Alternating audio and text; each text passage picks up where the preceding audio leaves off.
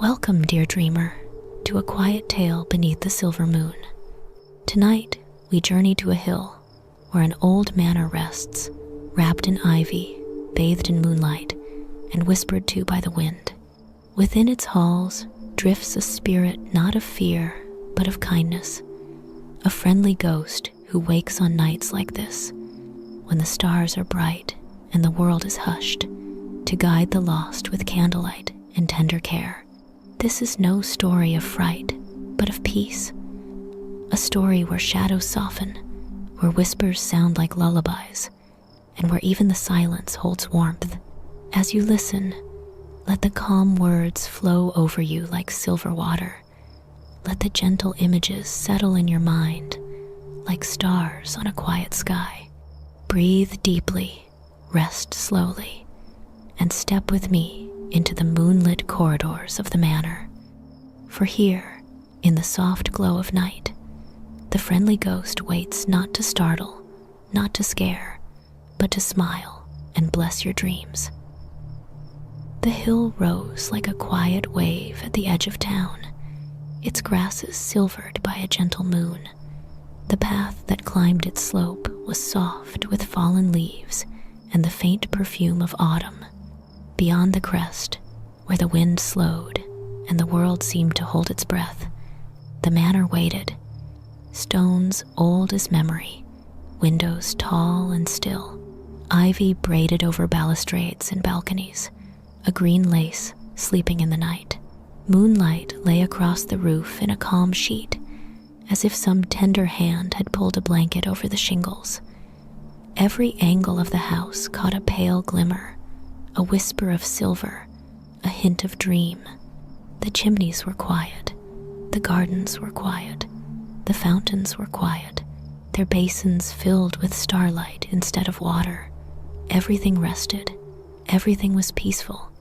Down in the hedgerows, the wind moved with a soft voice.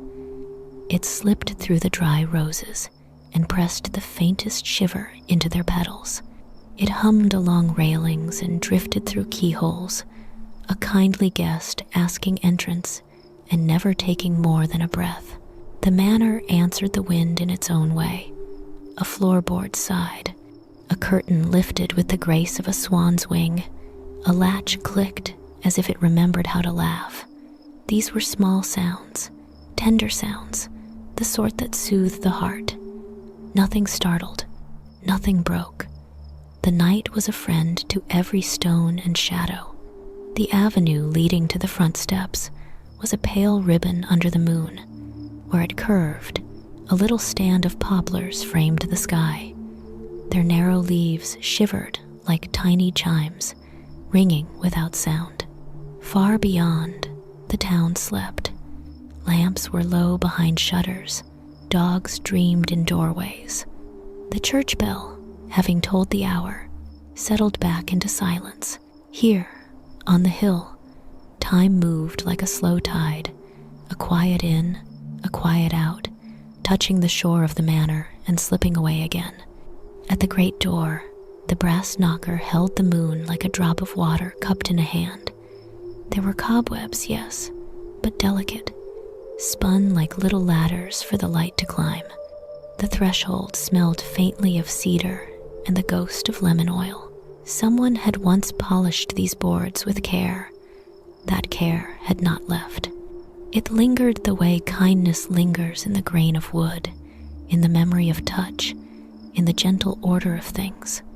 Inside the entry hall, shadows rested in the high corners like folded shawls. The staircase rose in a calm, even sweep. The banister, smooth as river stone, kept its patient line all the way to the landing, where a tall window watched the stars. A soft draft moved along the floor, a silver thread drawn by the moon beyond the glass. Dust motes drifted in the beam, quiet as dandelion seeds. They turned and turned, the smallest planets in their own small sky. In the music room, a grand piano slept with its lid closed. The moon traced a soft shape across the keys, through a crack in the curtains. If the night had a song, it would have rested there, a hush above ivory, a breath above ebony. The song would have been simple, a rocking rhythm, a gentle, gentle lull. Perhaps the house remembered it. Perhaps the beams and the plaster, the picture rails and the crown moldings kept the tune within them, the way shells keep the sea. Beyond the music room, a conservatory opened its glass palms to the sky. Vines curled along the iron ribs. Ferns kissed the stone floor with feathered shadows. In a cracked pot, a brave sprig still wore 2 tiny leaves, bright and steady. A drop of last week's rain clung to a frond and would not fall. The moon made a jewel of it, a little patient star, near enough to touch. The conservatory smelled of earth and something green, the living scent that softens a room and invites a deep, peaceful breath. Upstairs, the bedrooms waited in a row, each with a personality shaped by light and air. In one, the wallpaper was stitched with faded lilies. In another, a child's chair watched the door as if keeping an old promise. Quilts lay folded at the ends of beds. Lace hung at the windows, and the lace had caught a moonbeam like a net holding a river. That river flowed slowly along the floorboards, quiet, silver, peaceful. The rooms listened to it. The hall listened. Even the small brass doorknobs listened, round ears of metal, gleaming faintly. On the western side, a long gallery housed portraits. The faces were gentle. Some smiled with the eyes. Some gazed with calm curiosity. In the moonlight, the varnish softened, turning every expression into a dream. No sternness lived here, not tonight, not under this soft wind, not under this soft light. The frames glowed a little, like halos made of wood and patience. A moth slept on a corner, its wings closed like 2 folded prayers. Outside again, the hill held the house the way cupped hands hold water. A path circled the manor and wandered down to a little orchard. Silver apples shone between leaves, round moons inside moonlight. The grass beneath them was cool, and the dew made a slow constellation at every step. If a traveler had climbed the hill, that traveler would have found comfort in this soft geography. Everything was arranged for rest. Gentle trees, gentle air, gentle slope. A place made for quiet hearts. The sky was a great bowl, deep and dark, scattered with stars. Some twinkled like tiny fires, set very far apart. Others kept a steady glow, the way a mother keeps a steady voice. The moon, a full coin, was calm and generous. It poured light over the world and did not hurry. It poured, and nothing spilled, and nothing was lost. The manor received that gift with gratitude. The windows gave it back as a silver shimmer. The roof gave it back as a peaceful hush. The door gave it back as a warm, quiet welcome that could be felt even from the edge of the lawn. Between the hedges, a narrow breeze came and went, like a soft thought. It traced the steps. It paused at the balustrade. It tasted the iron of the gate and set it to the smallest tremble. A secret bell rung for no one and for everyone. If the night had words, they would have been these: gentle, soft, peaceful, dream. The night repeated them. The manor repeated them. The hill repeated them. And the grasses whispered them down the slope toward the sleeping town. In this hush, the house almost seemed to breathe. In, out, rafters relaxing, floors easing their long memories into the present. The rhythm soothed the land around it. An owl hooted once, low, patient, wise, and then grew quiet again, as if the song of stillness were better. The owl tucked its feathers. The orchard leaves arranged themselves. The fountain bowl held the stars with a careful, loving hand, and so the hour passed. Then another. The moon drifted a little, and the shadows moved like slow dancers changing partners in a kind waltz. The path, the poplars, the porch, the rooms, the portraits, the piano, the conservatory's thin jewel of rain, all learned the steps. Nothing hurried, nothing pressed. The world was a soft clock, its tick a breath, its talk a sigh. At the tall landing window, the view opened like a calm book. Hills rolled away in smooth lines. Fields wore a silver glaze. A distant stream gave back the moon in trembling ribbons. The manor looked out and felt at home in the wide quiet. The house knew its purpose: to stand, to shelter, to keep a peaceful watch under the moon. There, in the patient heart of the night, a promise formed. It was small, like the first candle in a long corridor. It was steady, like the pulse of a sleeping child. It said that light would be offered when light was needed. It said that warmth would be ready when warmth was sought. And though no foot yet touched the steps, though no hand yet reached the knocker, the manor prepared itself as gently as a mother prepares a crib, straightening, softening, smoothing the silver sheets of moonlight and the quiet blankets of air. The hill held its breath a little longer. The town dreamed a little deeper. The stars kept their peaceful watch, and the manor, calm and kind beneath its crown of ivy and its shawl of silver, waited for what the night would bring. The hush of the manor deepened. Shadows, soft as folded wings, rested along the staircase. The moonlight, steady and silver, stretched across the floor in long ribbons. For a time, the house seemed content to simply breathe in silence. But then, from that stillness, a shimmer stirred. It began in the upper corridor, near the portraits, whose painted eyes glowed faintly in the night. At first, it was only a faint glow, a blush of silver against the paneling, almost too delicate to notice. Then it brightened, softly, like a candle's first breath. Dust motes drifted toward it, attracted as flowers lean toward sunlight. The shimmer gathered itself, curled inward, and unfolded again.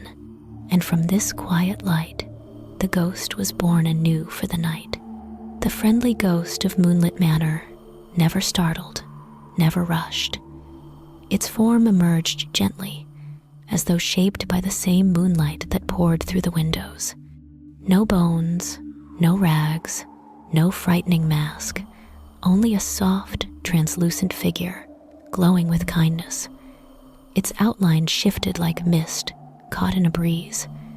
Within that glow, one might glimpse the memory of a smile, the shape of kind eyes, the curve of a hand that once knew warmth. The ghost drifted forward, leaving behind a trail of silver sparkles that clung to the air and lingered before dissolving into quiet night. They did not sting, nor frighten, nor burn. They shimmered like dandelion seeds floating in moonlight. Every sparkle was a whisper of gentleness. Every trail was a message. Peace is here. The manor seemed to brighten as the ghost moved. The portraits softened their gaze. The curtains swayed with a lighter touch. The air itself felt kinder. The ghost was not bound by chains or haunted by anger. No, this spirit was free, and freedom had turned into tenderness. For many years, the ghost had walked these corridors on Halloween night, not to frighten, not to trouble, but to care, to keep watch, to carry a lantern of the heart. On nights when the world was hushed and the moon was kind, the ghost awakened. It did so now, with joy as gentle as a sigh. It glided into the gallery, where the tall windows opened their arms to the sky. Outside, the orchard shimmered in silver dew. The ghost paused there, gazing and let its light mingle with the moon's. The scene below seemed to answer. Apples gleamed more brightly, leaves quivered with softer edges, and the grass whispered dreams to the hill. The ghost turned, floating down the hallway. Its steps made no sound, but the air moved as though greeting a friend. Floorboards, which had creaked beneath the wind, now hummed like strings plucked softly by invisible fingers. The house recognized the ghost's presence, and every beam and rafter eased into its rhythm. It drifted past the music room. The piano's lid glimmered. A faint hum touched the keys, though no hand pressed them. The ghost lingered. A melody formed slow, simple, tender, like a lullaby remembered from another time. 3 notes, then 4, then silence again. Enough to remind the air that kindness still dwelled here. Enough to let the moon carry the tune into the orchard, into the stream, into the listening stars. The ghost glided further into the conservatory. The iron ribs of glass glittered in faint reflection. The ghost bent over the brave sprig that wore its 2 small leaves. It extended a shimmer toward it, and the leaves brightened. They trembled as though thanking the ghost, and in that trembling, the drop of water finally fell. It landed on the stone floor with a soft sound, like a dream arriving in its time. Everywhere the ghost traveled, a new hush followed, softer than before, deeper, calmer. The house was already peaceful, but with the ghost awake, peace became a gift shared. The manor's stillness was no longer empty. It was full of presence, full of care, full of the tender wish that anyone who came would be safe. The ghost drifted into the great hall.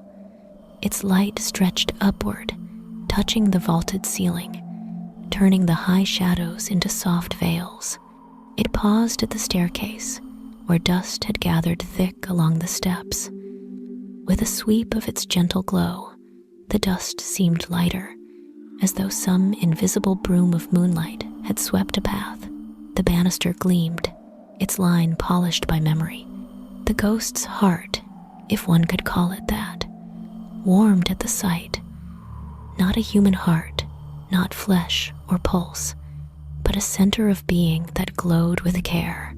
The ghost had known kindness once, had given it, had received it. That kindness lived on in this new form. It had shed all else, weight, sorrow, fear, but the kindness had stayed, and now it shone in every step, every shimmer, every drift through the old manor's corridors. Outside, the breeze touched the windows. The panes answered with faint silver tremors, and the ghost listened. The breeze carried whispers of the village below, distant laughter, faint music, a child calling out before sleep. The ghost felt no loneliness in these sounds, only a wish that those voices, those hearts, those dreams might find peace. The ghost turned from the window and floated to the hearth of the dining room. Ash lay quiet, gray, and old. With a sweep of its glow, the ghost coaxed a little warmth into the room.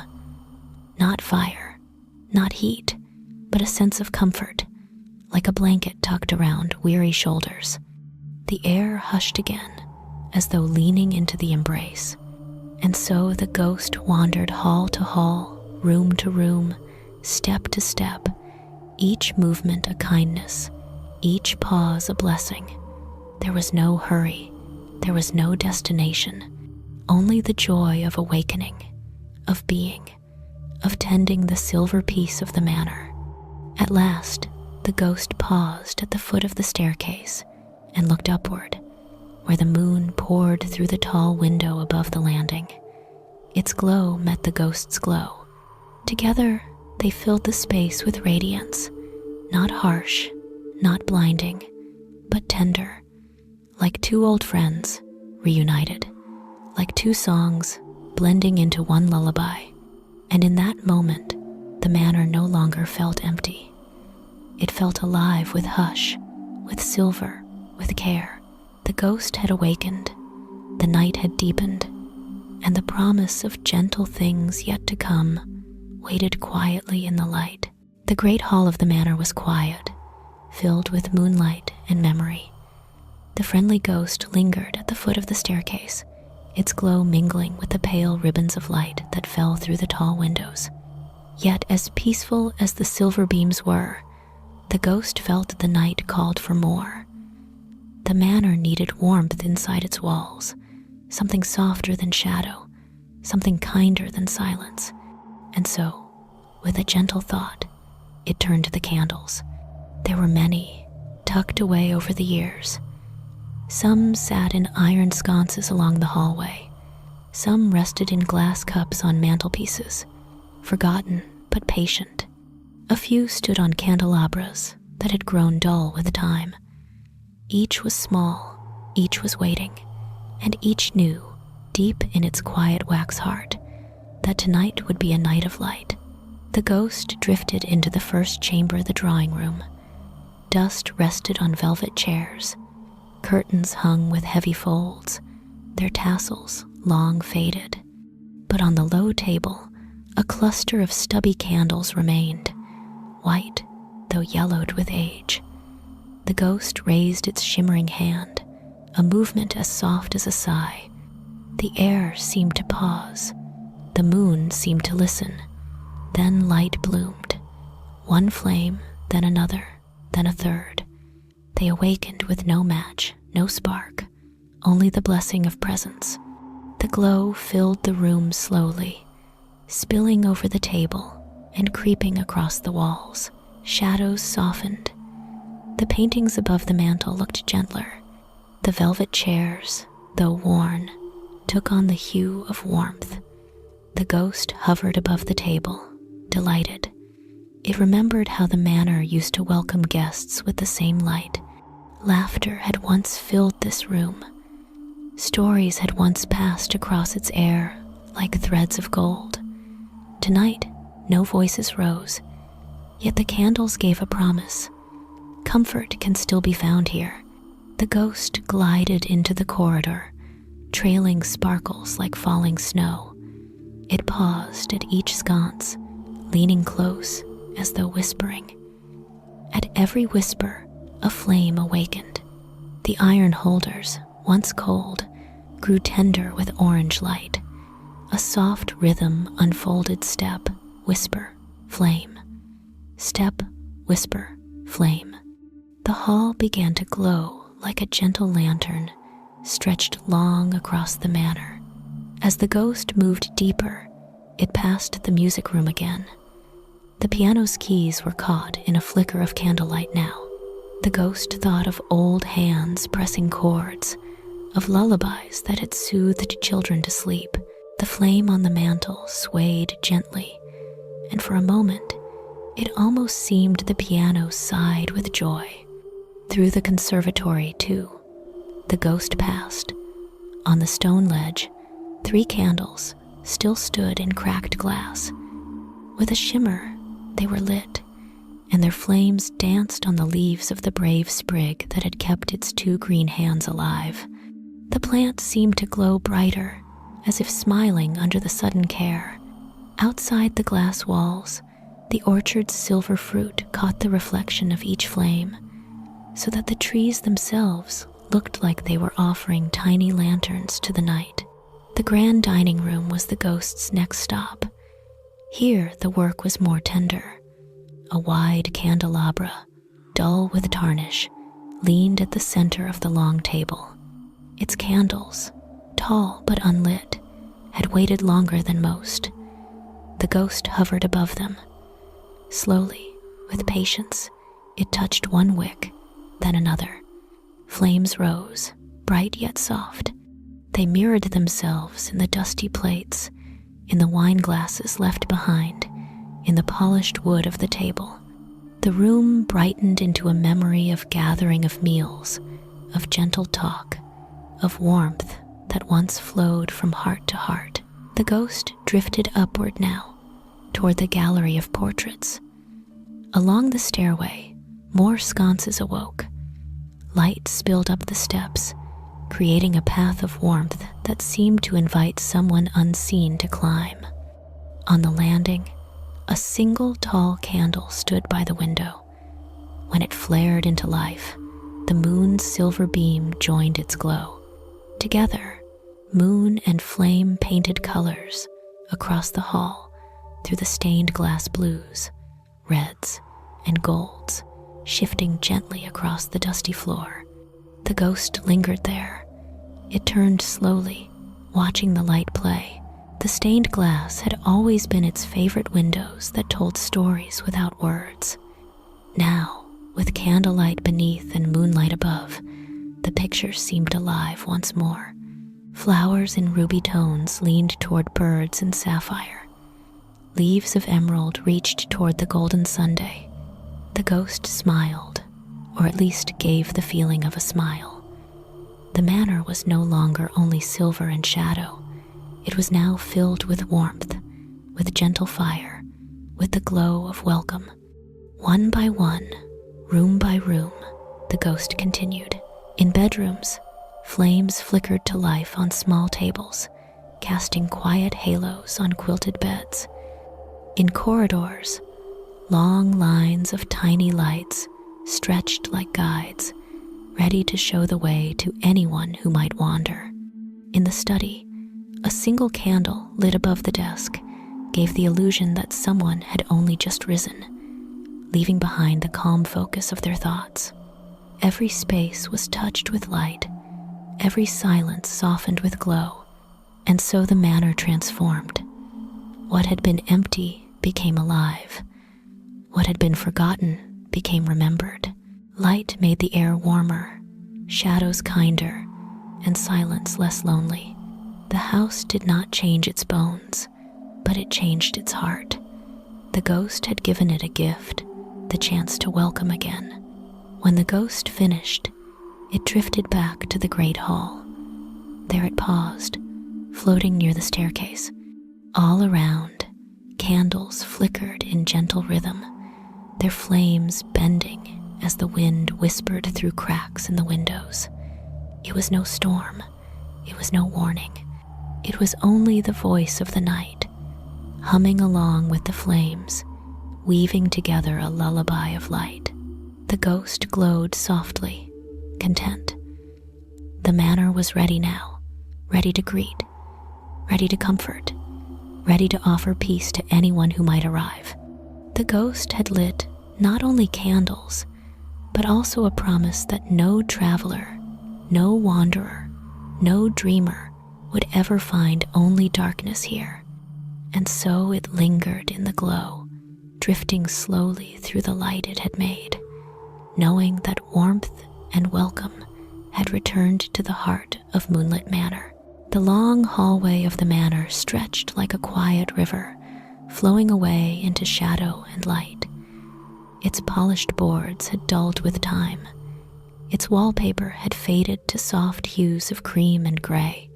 Yet tonight, with candles burning gently in sconces along the walls, the corridor felt alive again. The flames shimmered, bending toward the drafts that drifted lazily through cracks in the window panes. They cast rippling shadows, moving not in fear but in rhythm, as if dancing to a song no one else could hear. The ghost entered the hall with its gentle glow, carrying the hush of moonlight like a cloak.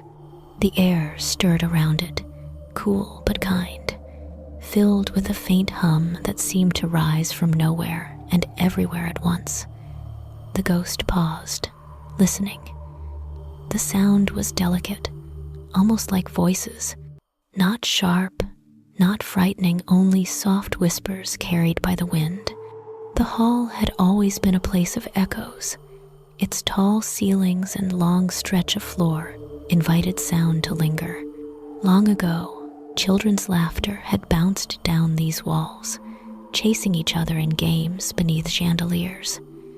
The faint notes of a violin had once slipped through the gallery doors and filled the corridor with music. Even conversations spoken in confidence had left behind traces, tucked into corners, remembered by plaster and beam.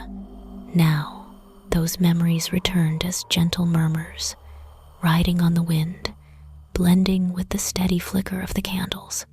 The ghost drifted slowly, feeling each whisper touch its glow.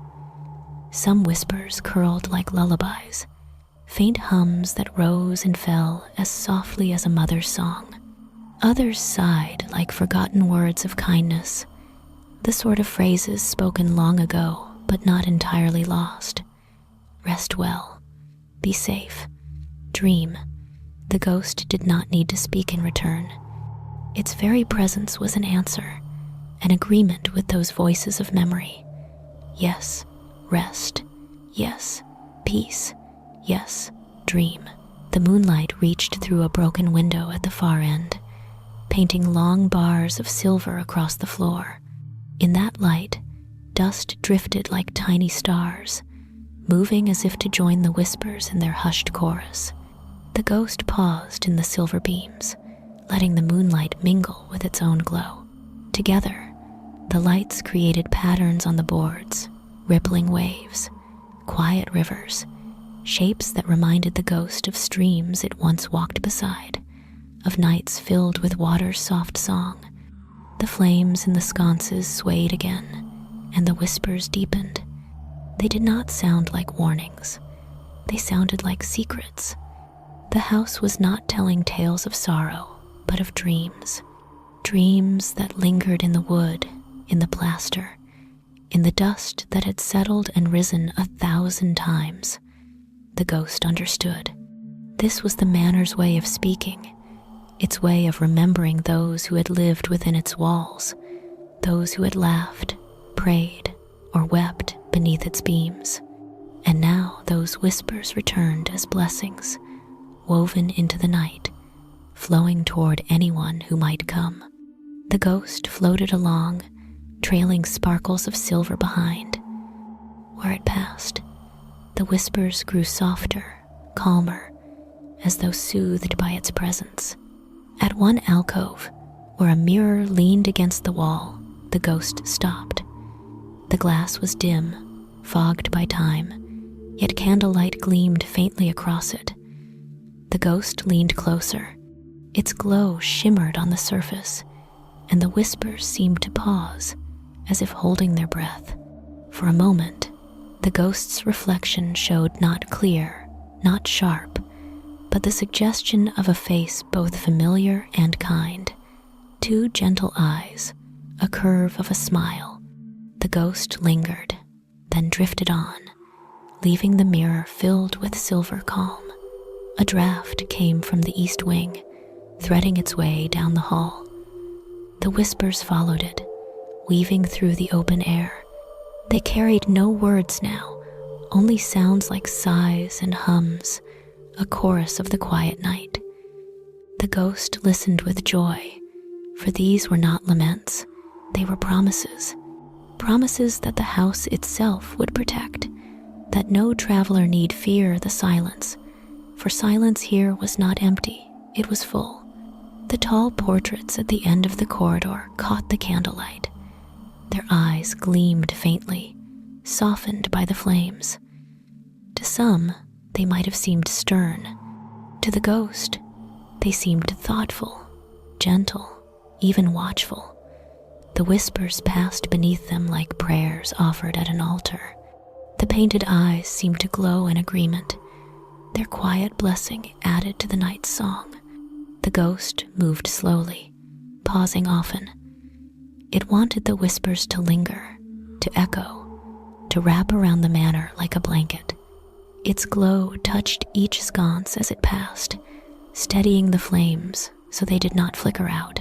The hall filled with a steady rhythm wind, whisper, flame, glow, a cycle of peace. Through a cracked door along the corridor, the ghost drifted into a small side chamber. There, too, the whispers entered, curling into the corners. On a desk, an old book lay open, its words faded but still faintly legible in the candlelight. The ghost bent close, tracing the lines with its shimmer. The ink, though pale, whispered a prayer of blessing, once written long ago by careful hands. The ghost honored it, adding its own silent wish for peace. Then it closed the book gently, letting the candle beside it burn on. Back in the corridor, the ghost lingered at a window overlooking the orchard. The trees outside swayed gently, their branches brushing one another, their leaves whispering too. The sound joined the hall's murmur, a harmony of outside and inside, wind and wall, leaf and flame. The manor and the hill seemed to breathe together, their sighs drifting toward the town below, carrying comfort to anyone who dreamed. Finally, the ghost paused at the far end of the hall, where the moonlight lay thick and bright. It floated into that glow, letting it fill every fold of its shimmering form. The whispers gathered too, circling like soft ribbons of air, weaving around the ghost in blessing. For a long time, nothing moved except the flames and the drifting dust, and nothing spoke except the lull of wind. The ghost closed its eyes, or gave the feeling of closing them, and let the hall's song wash over it. Here, in the Hall of Whispers, the manor spoke to the night, and the ghost listened. Together, they promised peace. Together, they promised welcome. And the house waited, glowing softly, whispering gently, ready for those who would soon arrive. Down in the valley, where the grass bent in silver waves beneath the moon, a small lantern flickered. Its glow was weak, little more than a trembling dot against the vast dark, yet it moved steadily, swaying with each step of those who carried it. A group of travelers climbed the hill toward Moonlit Manor, their voices hushed, their feet soft upon the winding path. The night was cool, almost cold. Autumn's breath lingered in the air, brushing cheeks and whispering against cloaks. Dry leaves crackled underfoot, their brittle sighs echoing faintly as the travelers moved closer to the crest. Above them, the manor loomed in silhouette, its windows pale with the glow of new candlelight.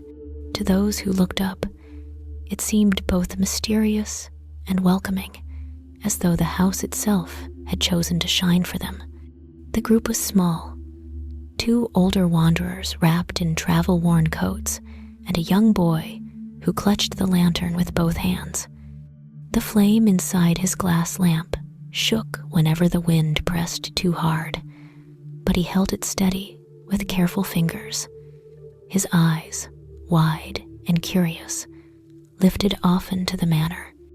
"Look," he whispered to the others, "the house has light." The older man nodded slowly. His beard moved with the motion, and his eyes softened. "Strange," he murmured. "It was said this place was long abandoned, but perhaps not all stories are true." The woman at his side smiled faintly, though her shoulders hunched against the chill. "Even if the stories of hauntings are real," she said softly, "I feel no fear tonight. Not with the moon so bright, not with the house glowing so warmly." The boy's lantern flared a little, as though agreeing. The group pressed onward, climbing the path as the breeze grew cooler and the orchard's outline appeared above them. The ghost in the manor had already sensed their coming. It had felt the stir of footsteps upon the hill, had heard the faint call of voices carried upward on the wind. The ghost did not startle. It did not rush. Instead, it floated to the tall window at the landing and gazed outward, its glow blending with the candlelight that now filled the hall. The ghost's kind presence stretched beyond stone and glass, reaching toward the weary travelers like an unseen hand of guidance. In the orchard, the silver apples glowed faintly beneath their leaves. The boy gasped when he saw them. "Are those stars?" he asked, pointing with wonder. The woman bent to his level, smiling. "They are fruit, my dear, apples touched by the moon. Look how they shine." The older man lifted his gaze toward the manor. He watched as faint flickers moved behind the windows, candle flames swaying gently as though stirred by more than the wind. "Someone waits for us," he said quietly. "Or something." His tone was not fearful, but reverent, as though he recognized the promise of welcome. The boy's small feet carried him more quickly now, his lantern bouncing in rhythm. The woman followed, her skirts brushing the grass. The man, slower with age, brought up the rear, but his steps were steady, his heart warmed by the sight of light above. As they reached the gates, the breeze swept through the iron bars, ringing them with a faint music. The travelers paused, listening. The boy tilted his head, then whispered, "It sounds like a song."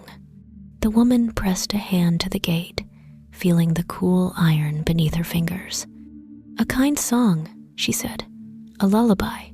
The man pushed gently, and the gate, though old and rusted, yielded without protest. Its hinges groaned softly, but the sound was more sigh than warning. The group passed through, stepping onto the stone path that wound through the orchard and up to the manor's steps. Overhead, the moon watched, casting its silver blessing across the roof. The house glowed brighter now, as though sensing its visitors. Candlelight flickered in every window, guiding their eyes, showing the way. The ghost hovered near the door, unseen but attentive, eager to make the welcome clear. The boy slowed as they neared the steps, his lantern dimmed beside the glow pouring from the manor. He looked up at the tall door, its brass knocker gleaming faintly. "Do you think they'll let us in?" he asked, his voice soft with both hope and wonder. The woman bent and brushed his hair gently. "If the lights are burning, then we are meant to enter," she said. "No one lights so many candles to keep others away." The man's eyes narrowed, scanning the tall windows above. For a moment, he thought he saw movement, a shimmer, a glow that was not candlelight but something more. Yet instead of fear, a calm settled in him. His old heart felt lighter, as though soothed by invisible hands. He smiled, a rare, quiet smile, and nodded. "Yes," he said, "we are welcome here." The wind quieted, as though giving them space. The orchard trees swayed softly, their leaves whispering encouragement. The manor seemed to lean forward, its shadows drawing back, its lights pressing outward, creating a pool of warmth around the steps. The boy placed his lantern carefully on the ground. He no longer needed it. He reached out with both small hands, touching the wooden door. It was not cold. It was not heavy. It felt alive beneath his palms, as though it recognized him. He turned to the woman, eyes wide. "It's warm," he whispered. She nodded, her smile gentle. "Then knock, my dear, knock, and let the house answer." The boy lifted the brass knocker, and though his arms were small, the sound it made was steady and clear. It rang through the night, a soft note, not harsh, not startling like the chime of a bell welcoming travelers home. Inside, the ghost glowed brighter. It drifted toward the door, eager, calm, filled with kindness. The manor had prepared itself with light, with whispers, with warmth. Now its purpose was about to be fulfilled. The visitors were here. The night's promise was ready to unfold.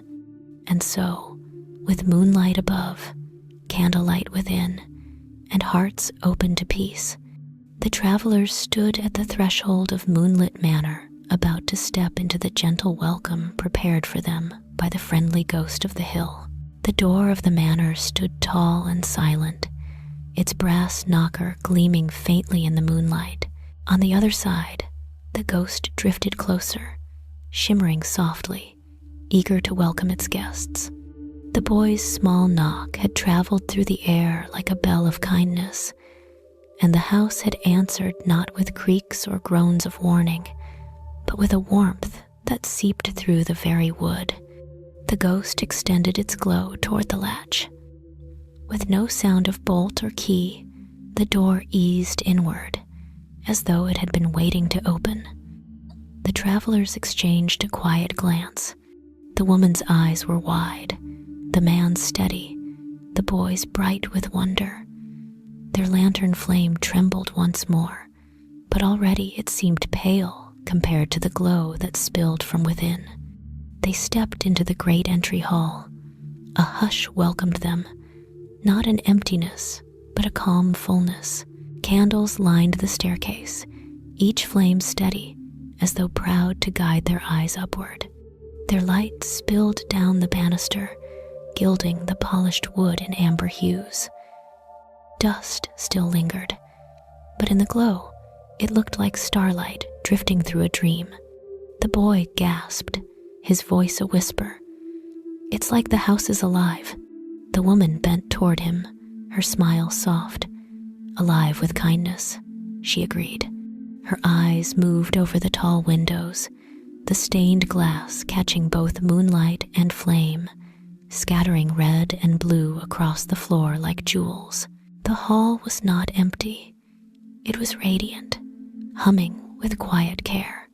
The older man took a slow step forward, his boots tapping softly against the boards. "It feels as though someone prepared this place for us," he said. His voice was hushed, reverent, almost like a prayer. Above them, the ghost hovered unseen, its heart glowing brighter at their words. It had prepared, yes, lit every flame, soothed every corridor, coaxed warmth into every corner. Now its joy shimmered through the hall, an invisible lantern of the heart. The travelers set down their lantern on a side table near the door. Its flame flickered once more, and then seemed to bow, as if yielding to the greater light that filled the house. The boy reached for his mother's hand, and together they followed the path of candles leading upward.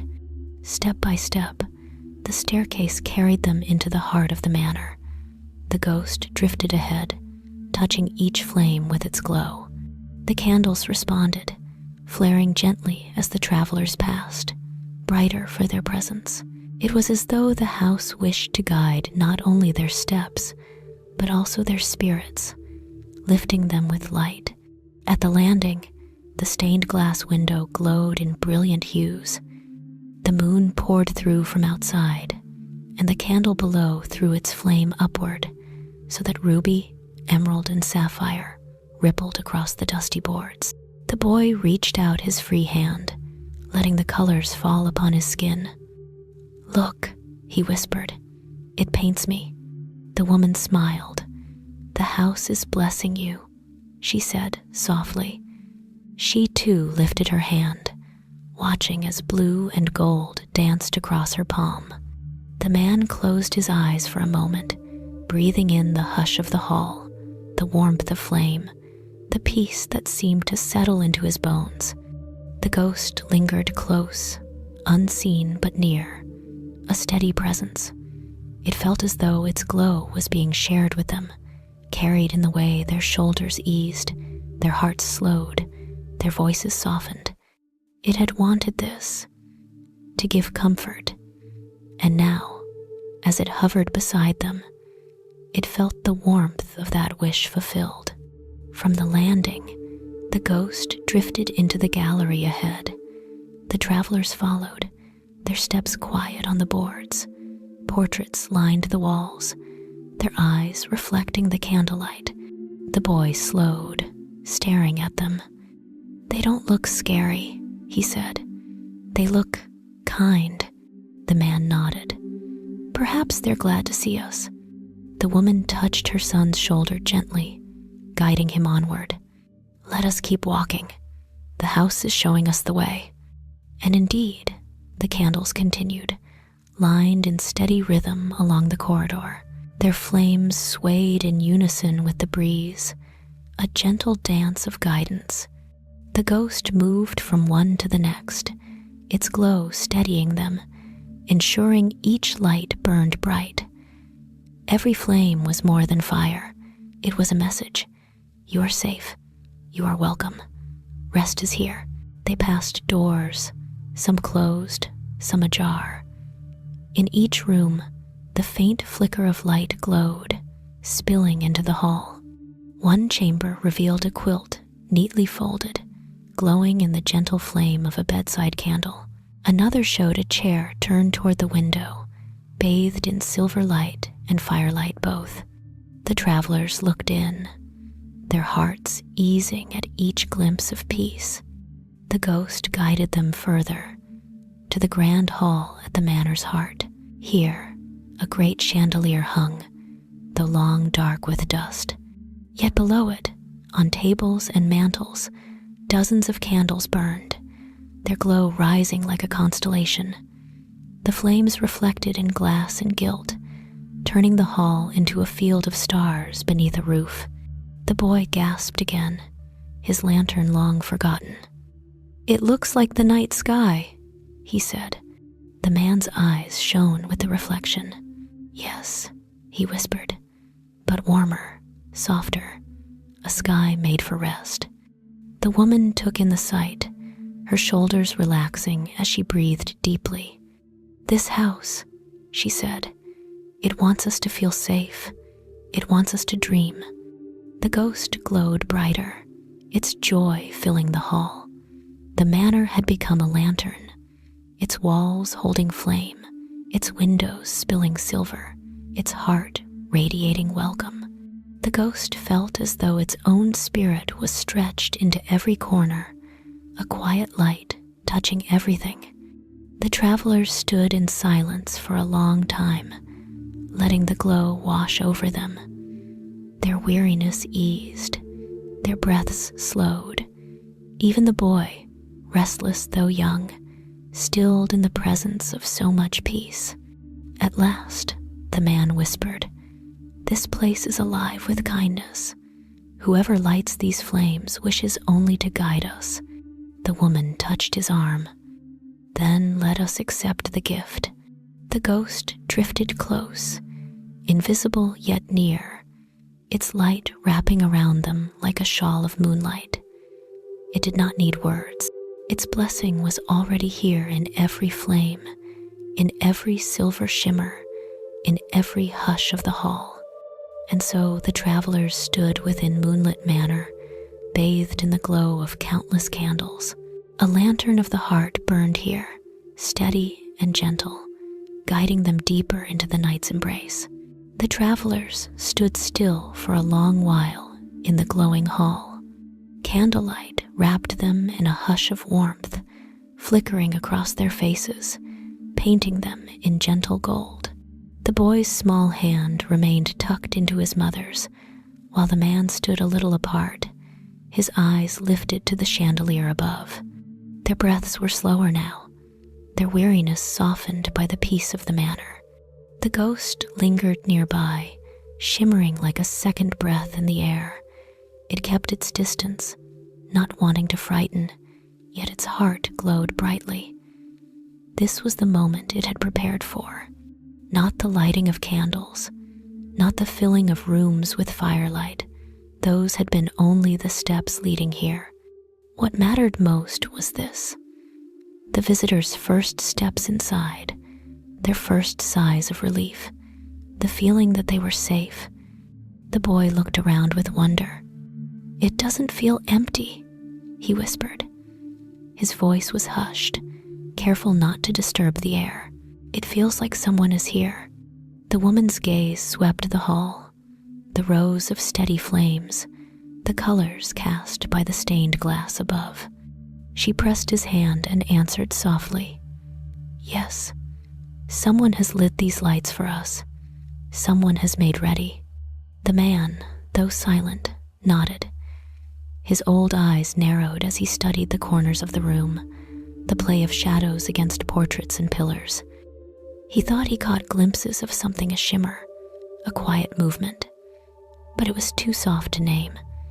Yet instead of fear, he felt a weight lifted from his shoulders, a kindness pressed against his spirit, one that asked for nothing in return. The ghost drifted closer, careful, gentle. It paused near the boy, who looked up suddenly. His wide eyes searched the air. "Mama," he whispered, "do you feel that? It's warm, like a blanket." She smiled, brushing a strand of hair from his forehead. "Yes," she said. "It is the house. It wants us to rest." The boy tilted his head. Or maybe a friend. The ghost's glow brightened softly, as though answering. Its joy sparkled faintly in the air, tiny motes like fireflies appearing around the child. The boy gasped, delighted, and reached out his free hand. The motes danced around his fingers, disappearing like dew touched by sunlight. The woman saw the shimmer too. For a moment, her breath caught, but not in fear. It was wonder, pure and deep. "Whoever you are," she whispered to the quiet hall. "Thank you." Her words floated upward, echoing gently. The ghost bowed its head, unseen but grateful. Gratitude filled its being like a tide, flowing outward, mingling with every flame. The candles swayed gently, their flames bending toward the travelers, as though in acknowledgement. The man stepped forward now, his boots tapping on the floor. He moved toward the grand table where the candelabra glowed. He rested a hand on its base, his touch steady, respectful. "This house," he murmured, "is no place of dread. It is a sanctuary." He turned slightly, his eyes resting on his companion's.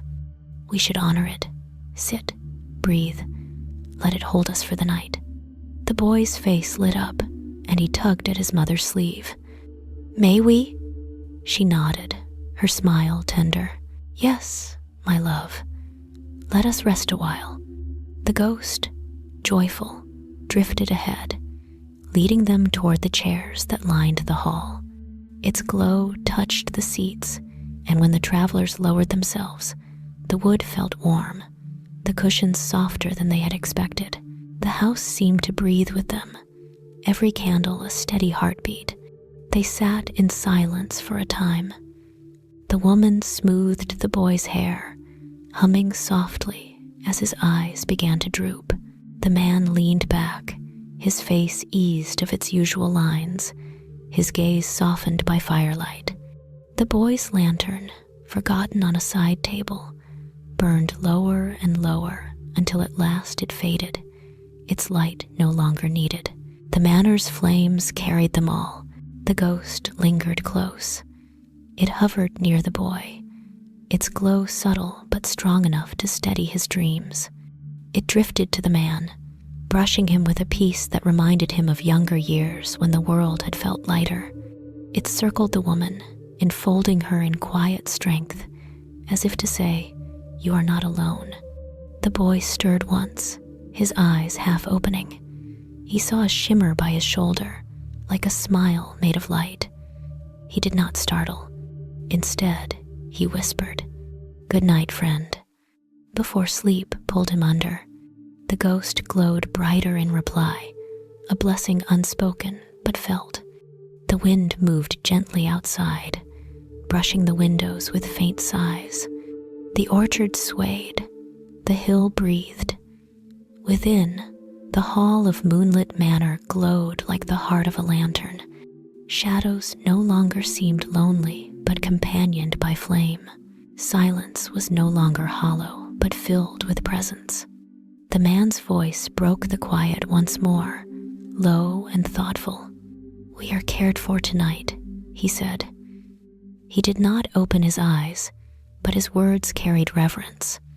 "I do not know who tends this house, but they are no enemy. The woman whispered in reply, "Perhaps a guardian, a spirit who loves this place too much to leave it empty." The ghost hovered, listening, its glow steady and tender. It did not need them to name it. It only wanted them to feel safe, and they did. That was enough. The boy's breathing grew slow and even, his small chest rising and falling in rhythm with the flames.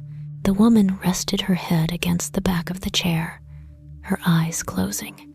The man folded his hands across his lap, content to let the quiet carry him. And above them, around them, within them, the ghost kept watch. Its glow filled every shadow, soothed every whisper of wind, steadied every flicker of flame. It was the gentle meeting it had hoped for souls, not frightened but comforted, hearts not wary but open. The manor was no longer only a house of stone and wood. It was a home, if only for a night. A home lit by kindness, kept by silence, guarded by a ghost who wanted nothing but peace for those who wandered into its care. And so the hall grew still, a cradle of flame and moonlight, while the ghost watched over its new friends, content, gentle, and glad. The candles glowed softly in every corner of the grand hall, their flames steady and warm. The boy's breathing had grown even, his head resting against his mother's arm. The older man sat in silence, his eyes half closed, his face calm in the glow. The house itself seemed to hush, as though it too wished to cradle them in rest. The ghost drifted quietly above, shimmering like a gentle veil of silver light. It watched the travelers, its presence tender and protective. For a long while, it did not move. It only lingered, its glow rising and falling like a heartbeat, as steady as the breath of those now dozing in the chairs below. But the ghost knew they would sleep more peacefully in rooms made for dreaming. So, with a slow turn, it glided through the hall and down the corridor. Its glow touched each candle, steadying them, urging them to guide the way. Flames leaned toward the path, making the house seem alive with welcome. The woman stirred, her eyes opening. She blinked at the gentle trail of light, leading deeper into the manor. At first, she thought it was only the breeze, but the flames did not flicker wildly. They bent with purpose, like guides pointing toward comfort. She touched the boy's shoulder softly. "Come, my love," she whispered. "The house is showing us a place to rest." The man rose too, his joints stiff but his steps steady. He said nothing, but his eyes shone with quiet gratitude as he followed the candlelit trail. The ghost glided ahead, unseen yet near. It paused at the doorway to a chamber on the second floor. This room had waited for many years, its bed made with quilts folded neatly, its curtains drawn back to reveal the silver moon outside.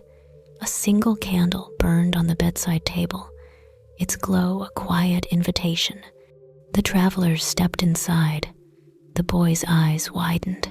"It's so warm," he whispered. He ran to the bed, pressing his small hands to the quilt. The woman smiled faintly, her heart eased by the sight of comfort after a long day of wandering. She set down her pack in the corner and drew the curtains a little, letting the moonlight spill gently across the room. The older man sat near the window, resting his hands on the sill. He gazed out over the orchard, the hill, and the distant town. The lights below were faint, but the stars above were bright. He whispered as though to himself, "It feels as if the house is alive with blessing." The ghost hovered in the corner, listening. It brightened faintly at his words, sending a wave of calm through the air. The candle on the bedside table flared gently, then settled again, its flame stronger than before. The woman helped the boy out of his coat and boots. She tucked him under the quilt, smoothing the blanket with quiet hands. He curled against the pillow, sighing with contentment. "It smells like flowers," he murmured, his eyes drifting closed. Indeed, though no flowers bloomed here anymore, the quilt carried the faintest fragrance of lavender, as if the memory of the past had lingered to soothe the present. The man pulled a chair closer to the bed, sitting watchful for a while, but soon even he could not resist the pull of rest. His shoulders eased, his breathing slowed, and his head lowered slightly as sleep began to claim him. The woman lay beside her son, her hand resting gently on his back. The candlelight painted soft patterns across her face, easing the worry lines, softening the fatigue. Her eyes closed at last, and she too slipped into dreams. The ghost remained awake. It drifted silently around the room, keeping its glow steady, weaving peace into every corner. It brushed against the quilt, leaving a shimmer that lingered like a blessing. It touched the window, softening the moonlight so it poured in like silver water. It circled the room again and again, as though to guard the dreams unfolding inside. Outside, the orchard whispered. Leaves rustled gently, their sighs carrying upward to the window. The wind slipped past the glass with a sound like a lullaby. In the distance, the stream glistened faintly, its waters murmuring under the moon. The world itself seemed to sing the travelers into deeper rest.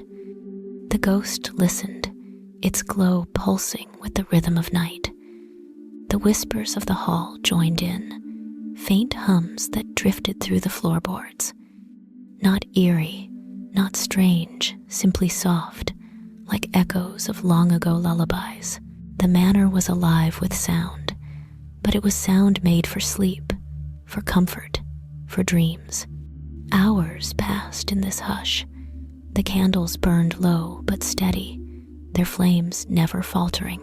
The boy stirred once, murmuring something soft, but the ghost floated closer, and his rest deepened again.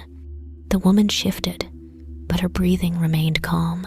The man sighed in his sleep, his hands folded loosely on his lap, his face peaceful. The ghost felt joy. This was its purpose, to protect, to comfort, to ensure that no one who wandered here would ever feel fear. Its glow spread wider, seeping into the very walls, so that the whole chamber pulsed with calm.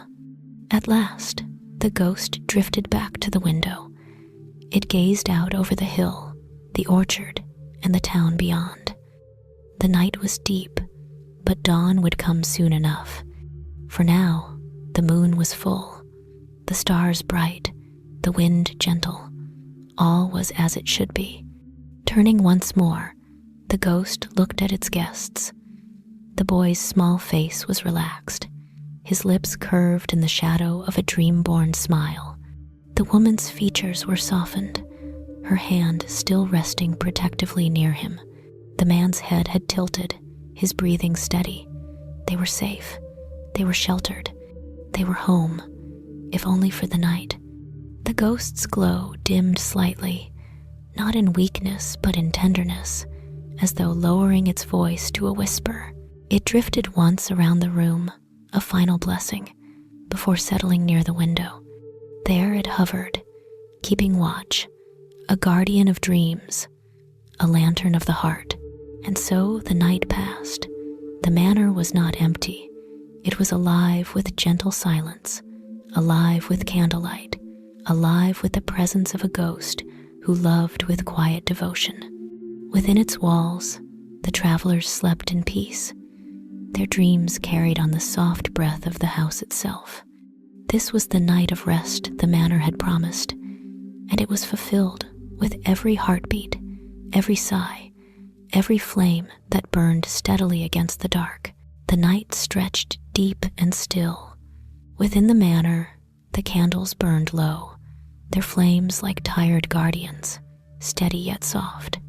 Outside, the orchard swayed gently, silver apples trembling under the breeze. Beyond, the hill rolled down into the valley, where the sleeping town lay cradled under a dome of stars. The travelers rested soundly in their chamber. The boy's small breaths rose and fell in steady rhythm, his hand curled against the quilt. The woman's arm rested protectively near him, her face softened in the hush of sleep. The older man, seated in his chair by the window, had drifted too, his head bowed, his lips parted slightly in slumber. Their bodies were weary, but their dreams were calm. The house had kept its promise. The ghost hovered near, watching. Its glow pulsed gently, like a lantern, trimmed low but steady. For hours it had circled the chamber, brushing its shimmer across the quilts, soothing the air, calming every corner. Now, as the moon tilted toward the horizon, the ghost drifted to the great window. Outside, the sky had begun to change. The stars were dimming at the edges, the moon softening from sharp silver to a faint pearl.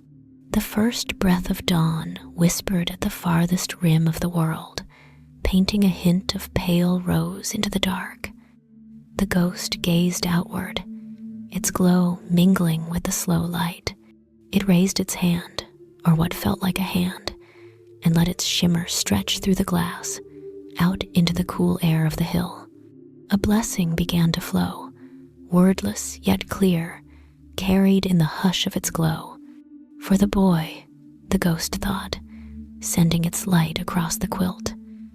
May your dreams remain gentle. May you carry the warmth of this night into all the paths you walk. May your heart remember that peace is possible, even in strange places. The boy stirred slightly, his lips parting as though to smile in his sleep. The ghost's glow lingered near him, then drifted onward. For the mother, the ghost thought, letting its light wrap softly around her shoulders. May you rest from your burdens. May your spirit find comfort in the quiet. May you know that you are never alone, that even in the shadows, there is light prepared for you. The woman's brow, creased faintly even in sleep, eased. Her hand twitched once in unconscious thanks, then stilled again. For the elder, the ghost thought, brushing its glow over the man's folded hands, may your bones rest easy. May your years feel honored. May you walk into the morning with strength, and may the road ahead be lightened by kindness you have not yet met. The man sighed deeply, his breath slow, steady, and calm. The ghost lingered near him a moment longer, then turned back to the window. The blessing stretched further now, beyond the chamber, beyond the house. Through the hallways, it moved, weaving past the candles still burning. Each flame bent gently, as though bowing to the unseen words. The whispers of the hall carried it too, lifting the blessing along their soft song. The house itself seemed to sigh with contentment. Beyond the manor walls, the orchard caught the glow. Silver apples gleamed brighter, their skins reflecting the ghost's prayer. The grass at the hill's crown bent and shimmered, carrying the blessing down toward the valley. The wind caught it, threading it through the town's chimneys and windows. Sleeping souls below, who knew nothing of the manor's gentle guardian, felt their dreams softened without reason. A restlessness calmed, a worry eased, a sigh turned peaceful. The blessing rippled outward like water in a quiet pool, touching all who needed it. The ghost's glow brightened as it gave. It was not diminished by the act. It was renewed. The more it poured into the night, the fuller it felt. For this was its joy. Its purpose to bring calm where there might have been unease, to give warmth where the world was cold. It looked again to the horizon. The sky was brighter now, streaks of lavender and pink beginning to chase away the black. The moon hung low, pale and tender, as if nodding in farewell. The ghost raised its face toward it. "Thank you," it whispered, not in sound, but in shimmer, in presence. "Thank you for the light that guided me. Thank you for sharing your silver so I could share mine." The moon seemed to answer, its last beams stretching across the roof of the manor, gilding ivy and stone with soft brilliance. Then, slowly, it dipped lower, leaving the sky to the growing day. The ghost lingered at the window, watching. Behind it, the travelers slept on, their dreams safe. Within the halls, the last whispers faded into quiet, content to rest until night returned. Outside, the orchard sighed, the stream murmured, and the wind carried the blessing far beyond the hill. The ghost knew the travelers would rise soon. Dawn would call them back to their road. But for now, they slept in peace, and the ghost was glad. It lowered its glow slightly, dimming to a soft shimmer. The room remained warm, the candle still steady, the moonlight fading into dawn. Everything was as it should be. The ghost closed its eyes, or gave the feeling of closing them, and smiled. Its blessing was complete, its watch fulfilled. Now it would wait for morning, when light would wake the travelers gently, carrying them onward with peace in their hearts. The manor rested too, wrapped in the hush of a fulfilled promise. For one night, under silver beams and candle flame, it had been what it longed to be: a refuge, a sanctuary, a place where no soul was left in the cold. And as the first true light of day touched the window, the ghost whispered its final prayer into the fading moon: "Peace, peace, peace for all who dream." The first threads of dawn slipped quietly over the horizon, brushing the sky with pale pink and gentle gold. The moon, now low and faint, drifted toward its rest. The stars, once bright guardians of the night, dimmed until they were no more than tiny sparks in the wide, brightening dome above. On the hill, Moonlit Manor stood bathed in this soft new light, its stones catching the warmth of morning, its windows glimmering faintly with the memory of candles that had burned through the night. Within the chamber, the travelers stirred. The boy was the first to open his eyes, blinking at the hush of early morning. The quilt lay warm across his small frame, and for a moment he did not remember where he was.